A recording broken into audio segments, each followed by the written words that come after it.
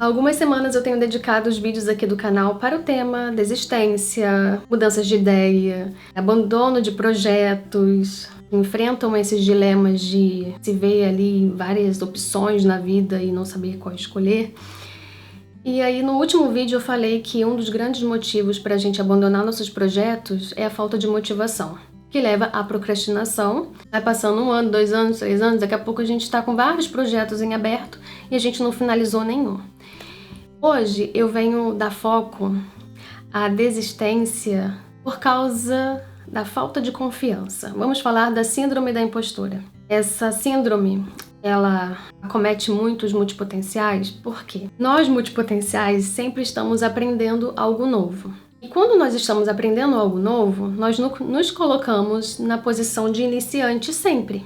Daí cada início traz aquela sensação de comparação, de, sabe, se espelhar no outro que já é mais especialista, já está há muitos anos fazendo aquilo. Inconscientemente a gente acaba se comparando com aquela pessoa e nos sentimos mal, né, por essa situação.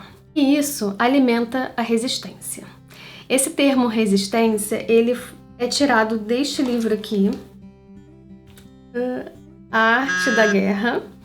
E eu trouxe aqui alguns trechos desse livro para a gente poder entender o que o autor Steven Pressfield fala sobre a questão da resistência quando a gente precisa levar um projeto adiante, né? Ele foca em projetos artísticos, mas a gente pode traduzir isso para qualquer tipo de projeto, né? Falando de criação de conteúdo, de você querer trabalhar com a internet de alguma forma, seja vendendo seus produtos, seus serviços, a gente tem que criar conteúdos para poder divulgar o nosso trabalho. E nós, pessoas multipotenciais, somos pessoas criativas e a gente se alimenta de arte, né? A gente quer se expressar de forma artística.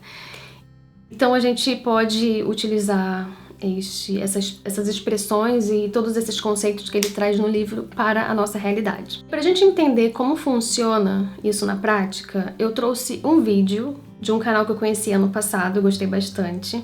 É um estilo bem diferentão, meio excêntrico assim, mas tem uma mensagem muito boa, né? Para quem não gosta desse estilo, eu entendo, mas a gente tem que pegar a mensagem, né? Eu gosto muito de filosofia, ele fala sobre filosofia e eu me identifiquei bastante, apesar de algumas coisas não concordar.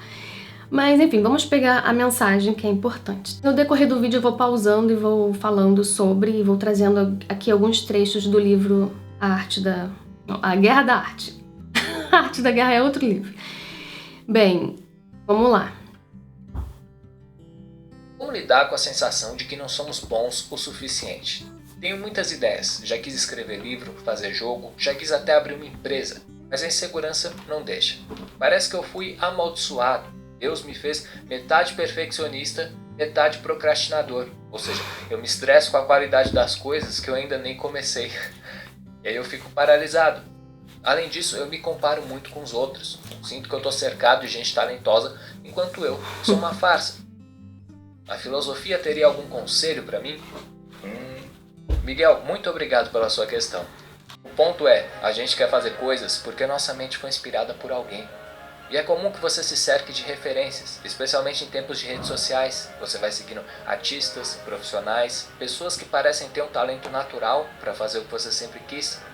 E aí, de tão consciente que você fica da excelência, a sua mente perde a capacidade de tolerar a mediocridade. Vou pausar o vídeo aqui nesse momento porque eu trago aqui um trecho do livro. Na verdade não é um trecho, é um conceito que foi tirado da leitura de várias páginas do livro, que o Steven Pressfield fala sobre a resistência.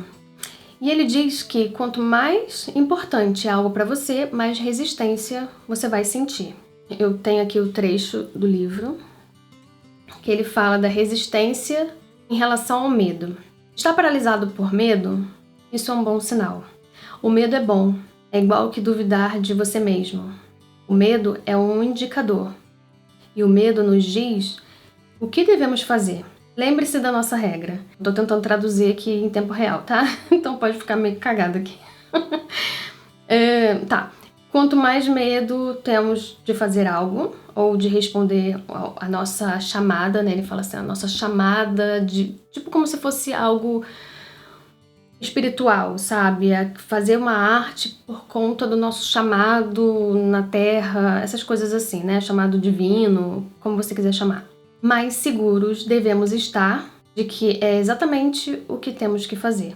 O que isso quer dizer? Então, quanto mais medo, quanto mais receio a gente tem de fazer alguma coisa, de dar início a um projeto ou de continuar com um projeto, é porque a gente dá importância a esse projeto. Esse projeto é importante. Por isso, a gente se baseia na excelência. A gente busca inspiração em pessoas que são excelentes, pessoas que sabem o que estão fazendo. A gente quer dar o nosso melhor nesse projeto. E aí, né, em relação ao vídeo que já foi falado aqui, quanto mais a gente fica consciente da excelência, porque a gente se espelha na excelência, a gente quer dar o melhor porque a gente se importa com o nosso projeto, a nossa mente perde a capacidade de tolerar a mediocridade. E isso é ruim, né, porque a gente acaba sofrendo com a síndrome do impostor, com o perfeccionismo, com o medo do julgamento e tudo mais. Ele também fala em outra página que a resistência está diretamente ligada, né? Está diretamente proporcional ao amor.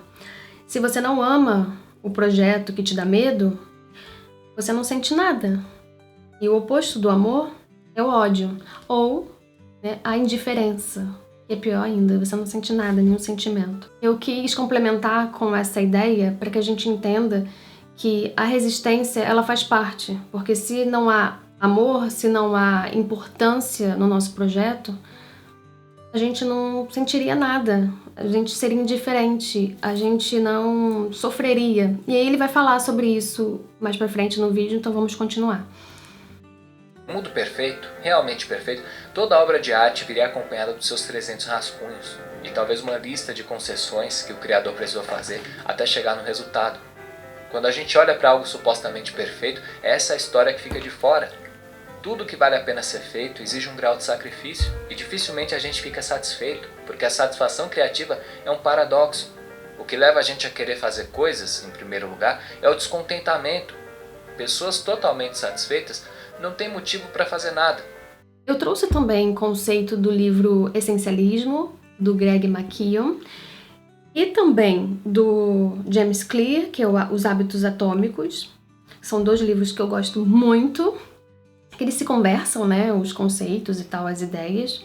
E aí o que acontece? O essencialismo, ele defende que devemos investir energia no que é essencial, sem buscar perfeição em tudo. O bom bastante já cumpre sua função e libera energia para o que importa. Já no Hábitos Atômicos, ele fala que o progresso constante, no caso é 1% por dia, né, ele defende essa ideia do 1%, supera a busca por perfeição. Esperar o momento perfeito paralisa, enquanto pequenas ações criam resultados reais. Se a gente dá pelo menos o nosso 60%, de 100, os 40% a gente aperfeiçoa com o tempo, a gente já cria um alívio de tudo bem, eu estou dando meu 60%.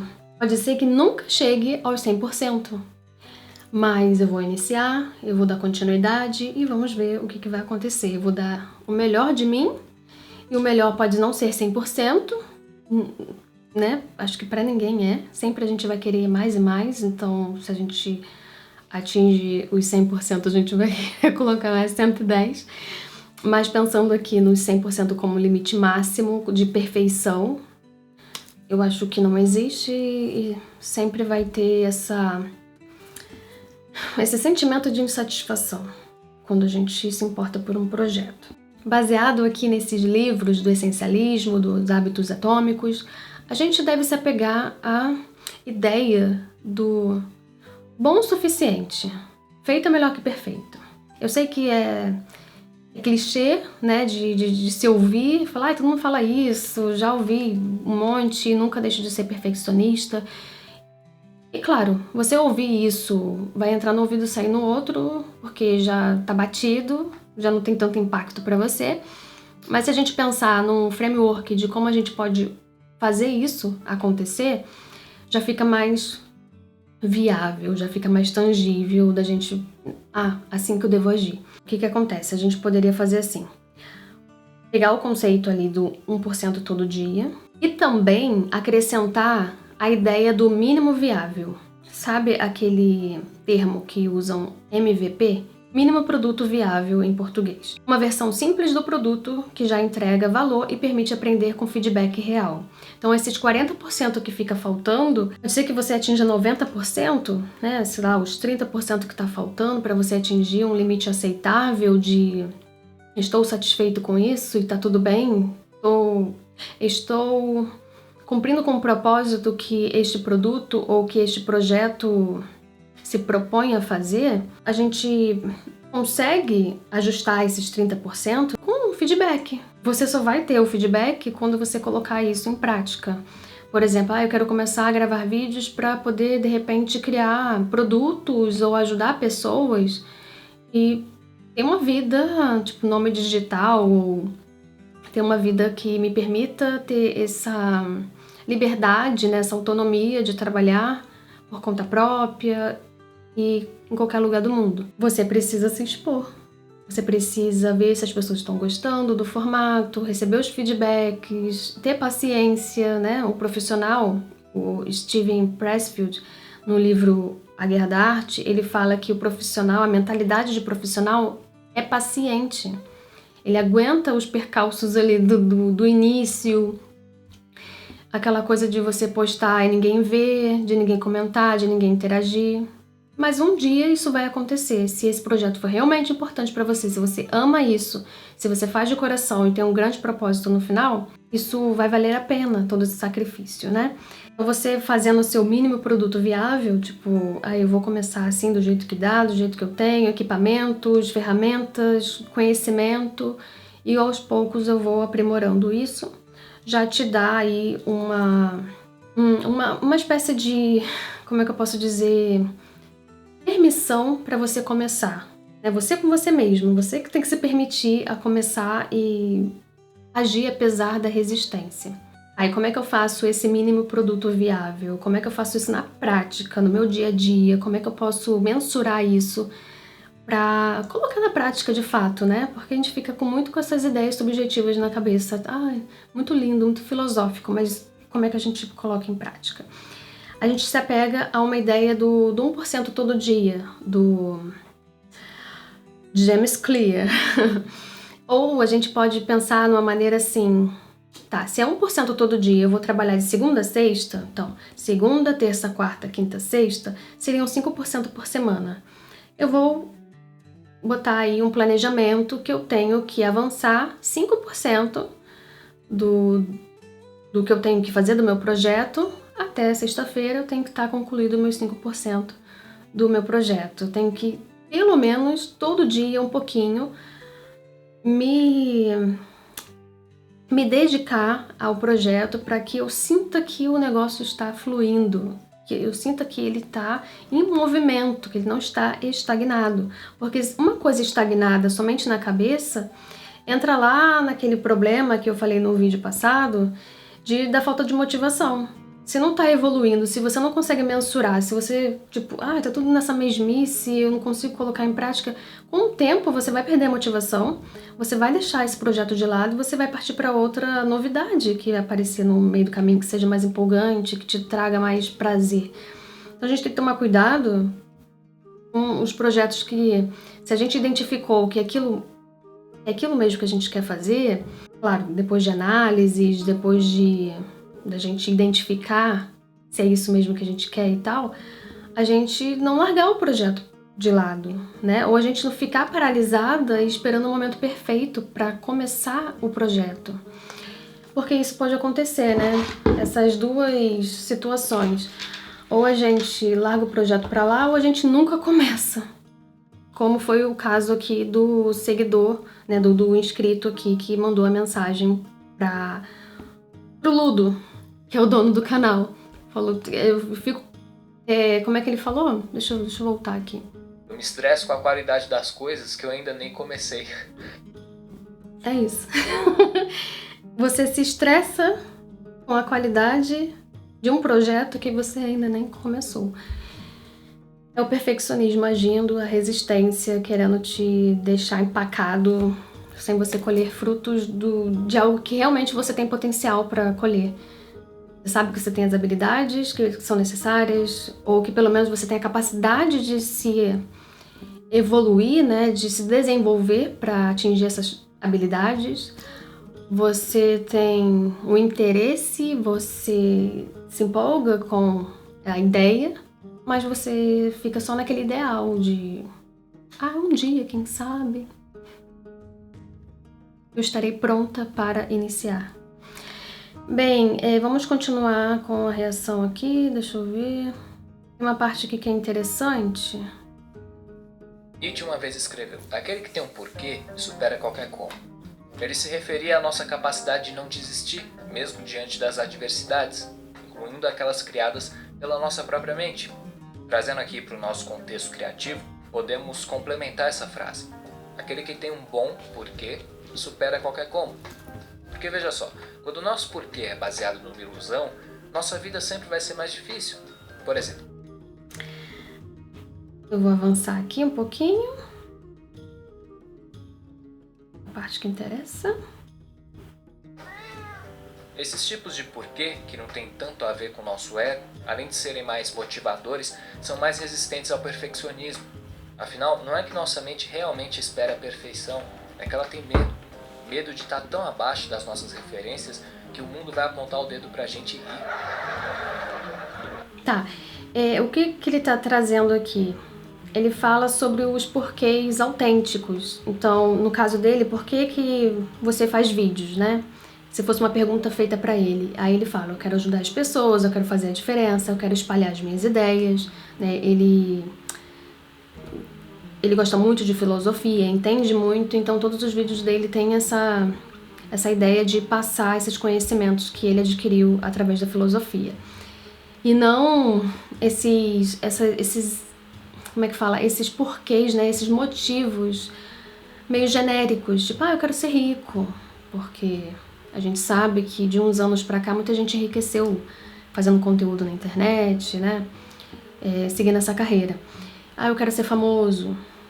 E aí ele fez uma brincadeira também aqui com destruir casamentos, mas para dar uma descontraída no vídeo. No vídeo passado eu trouxe também essa ideia dos porquês. Deixa eu ver se eu acho aqui. Eu falei sobre os gatilhos motivacionais universais, que seriam autonomia, propósito e maestria. No propósito, a gente trabalha muito com o porquê, que quer dizer o motivo que a gente está fazendo o que a gente faz. E para isso a gente precisa clareza.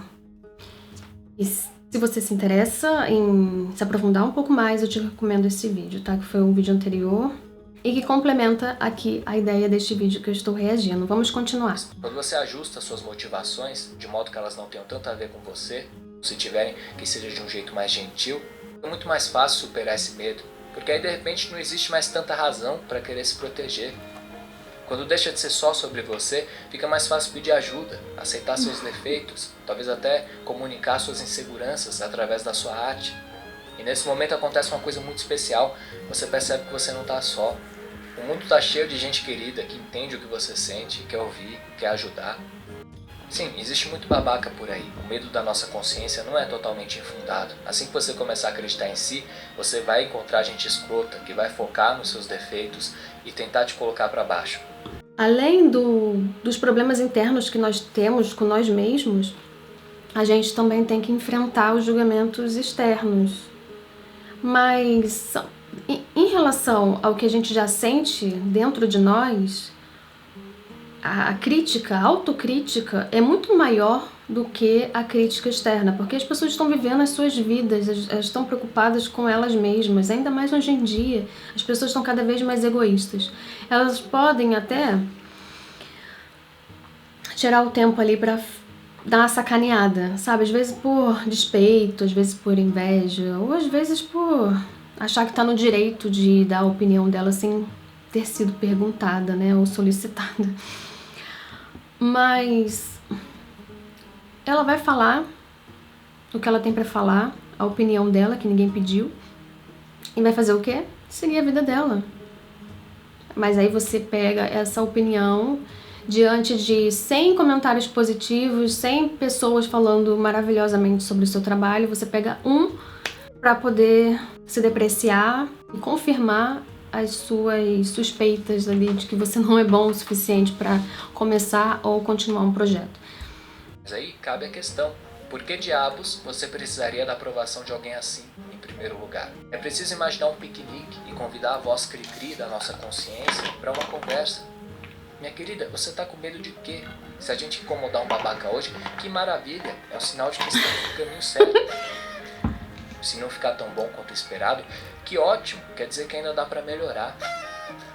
Sempre quando eu trago aqui um vídeo, eu incentivo vocês a assistirem o vídeo completo no canal da pessoa, porque a experiência é muito melhor, né? Você vê o vídeo do início ao fim e vê ali, ter outra perspectiva em relação ao vídeo, porque aqui eu tô pausando e trazendo, acrescentando outras coisas e trazendo o meu ponto de vista em relação ao tema.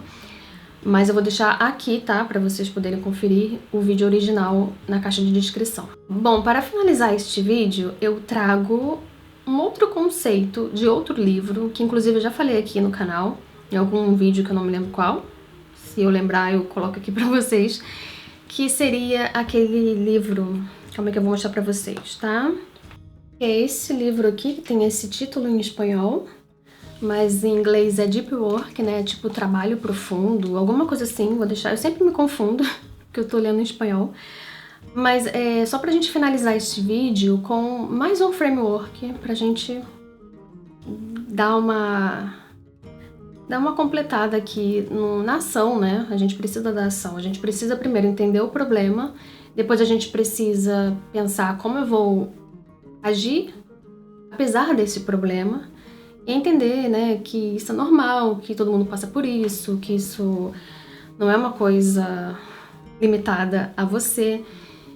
Mas a diferença entre uma pessoa que paralisa ou que não consegue finalizar os seus projetos e fica partindo para outra, é justamente a mentalidade do profissional e a mentalidade do amador, né? Que no livro A Guerra da Arte é abordado, e eu quero trazer um vídeo somente sobre isso, porque eu acho que é um assunto extenso e que se eu falar aqui vai ficar, né, muito longo.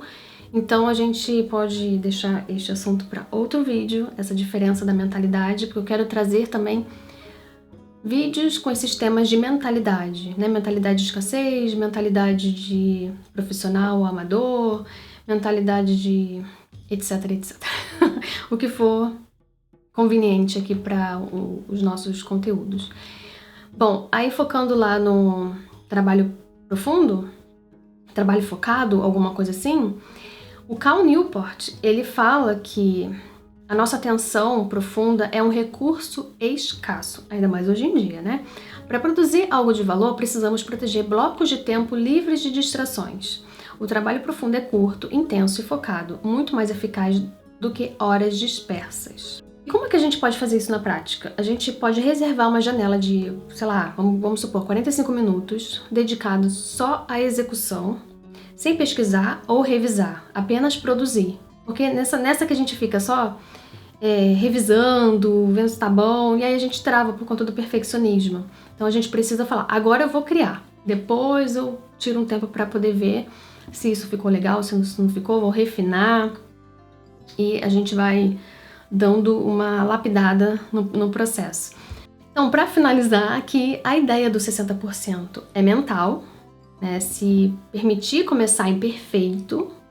E os dos 5%, que eu falei, baseado no 1% todo dia do James Clear, é algo prático, é algo do fazer. Então, é criar algo pequeno, rápido e real para ganhar tração. A gente, com esse pouquinho todo dia, a gente nem dá valor, né? Mas é tão pouquinho todo dia. Nem que seja 10 minutinhos. Eu acho que, inclusive, é porque é tanto livro, é tanta coisa, que eu fico perdida. Mas eu acho que no livro Guerra da Arte, ou é do Caminho do Artista, que eu li em época parecida, eu sempre associo o que eu li a onde eu estava, que período foi, e eu li um seguido do outro, agora não vou lembrar. Mas fala sobre essa coisa da... Agora eu até esqueci. Ai, meu Deus, eu desmemoriada. Calma, eu vou lembrar. Fala sobre você pelo menos abrir. Se você é escritor e você quer escrever um livro e você tá nesses bloqueios por conta de todas essas questões aí mentais, né? Pelo menos abra o teu documento de que você vai estar escrevendo lá a história, o livro, o que quer que seja, para pelo menos você ter a sensação de que você está se conectando com o teu projeto. Às vezes, eu me sinto travada também, porque eu estou produzindo um projeto aqui, né, de infoproduto para pessoas multipotenciais, e eu estou no processo, e às vezes eu não me sinto inspirada. E eu falei sobre isso, né, no vídeo anterior, sobre a motivação. Às vezes eu não me sinto inspirada, mas pela disciplina, pela motivação final de que eu tenho algo grande para fazer e eu preciso desse 1% todo dia, eu pelo menos abro, pelo menos eu dou uma revisada. E aí tem também um outro conceito, que é dos 5 segundos. Então, tipo assim, tá, eu só vou abrir. Tipo assim, uma ação que depende de 5 segundos, eu só vou abrir. Fica muito mais fácil, você já superou a resistência inicial de começar alguma coisa. É que o cérebro fica assim, ai, que preguiça, né? Esse gasto de energia, vou ter que abrir, vou ter que pensar o que eu vou ter que fazer. E outra coisa também que eu tô fazendo é abrir na minha agenda, que eu tenho no Notion. Eu vou deixar aqui pra vocês verem como é que é, mais ou menos. Aí eu pego assim, quando eu termino uma etapa, tipo, eu termino esse 1% por dia, pra eu saber aonde eu vou iniciar no outro dia, porque às vezes eu fico, caramba, o que eu tenho que fazer? Ai, que preguiça de pensar e tomar essas decisões de qual é o próximo passo. Eu já deixo aonde eu parei, quais eram os meus raciocínios naquele momento, pra eu prosseguir no próximo dia. Porque eu sou desmemoriada, né? Vocês sabem. Então eu preciso de estar tudo anotado, tudo documentado, porque eu fico assim, ai, eu não confio muito na minha memória. Então, eu preciso terminar hoje, pelo menos, às vezes não dá pra terminar. Tipo assim, não dá pra terminar um módulo de um produto, né, de um curso. Às vezes você tem que parar no meio do caminho, porque os outros compromissos aparecem. E você ter isso anotado na sua agenda, tipo, no próximo dia eu vou começar daqui, e foi assim que eu terminei, é assim que eu tava pensando no momento, e vou seguir daqui. Aí, quando eu volto, fica muito mais fácil de voltar, porque não tem essa resistência inicial de tomar decisões de qual vai ser o próximo passo e etc. Então ficamos por aqui, vou deixar alguns vídeos que tem a ver com este tema, espero ter te ajudado e a gente se vê no próximo vídeo.